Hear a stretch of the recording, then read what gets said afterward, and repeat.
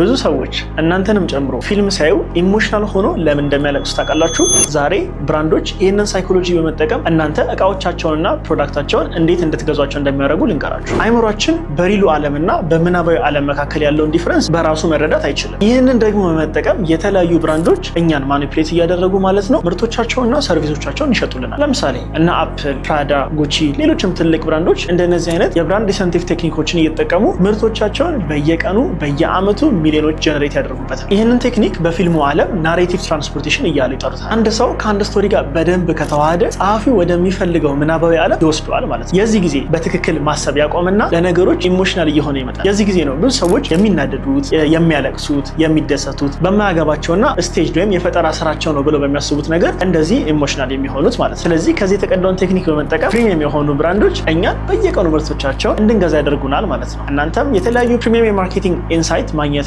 መስማት የምትፈልጉ ከሆነ ፔጃችንን ፎሎ ማድረግ እንዳይረሳ።